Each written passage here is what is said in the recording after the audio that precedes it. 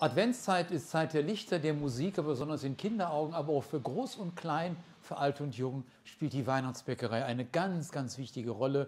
Und da geht man in Köln zu Printen Schmitz, der Kölsche sagen. Und Meister Josef Schmitz bereitet gerade einen Teig vor, das ganz besondere Erlebnis in der Backkunst, nämlich das Geheimnis, einen Printenteig zu machen und diesen zu formen.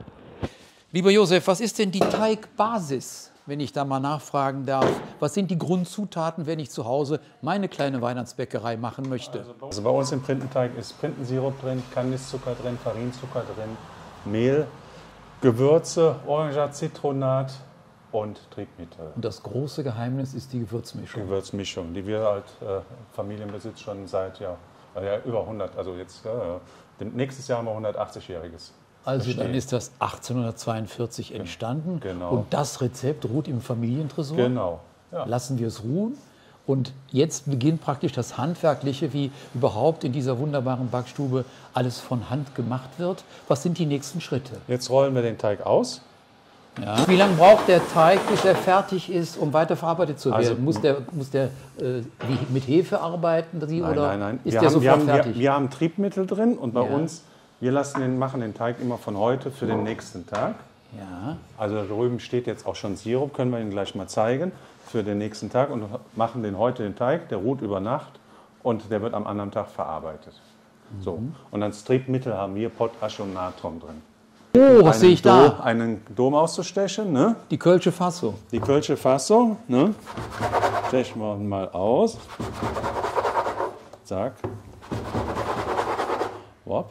Dann legen wir den hier aufs Blech. Ja, die Spitze wird nochmal gerade gebogen, sehr schön. Ja, oder Karneval machen wir es auch rund, ne? Oder Ostern, je nachdem. Also da sind wir ja zu allen Seiten so.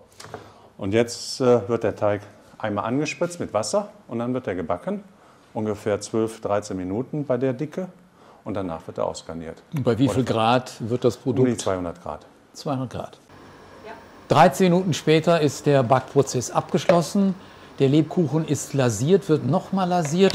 Und von Meister Josef geht es jetzt zur Meisterin Iris. Iris Hellwig macht jetzt daraus den Kölschen, den roten Funkendom in Rut und Wies. Iris, was gestalten Sie da gerade? Ich habe jetzt den Dom genommen, habe da Wasser drauf gemacht, damit der Fondant hält. Ja. Eiweißglasur, gefärbte Eiweißglasur. Mache ich jetzt praktisch hier die Punkte drauf und garniere den aus. Woraus ist die weiße Domspitze? Was ist das für ein Das ist eine Zuckermasse. Eine Zuckermasse. Jawohl. Ein roter Funken, Nikolaus, Iris, das haben Sie ganz großartig gemacht. Nicht ganz fertig. Was kommt denn noch dazu? Der kriegt noch Augen. Ach, der bekommt noch Augen. Ja, nachdem er riechen kann, nachdem er schmecken kann, muss er natürlich was sehen.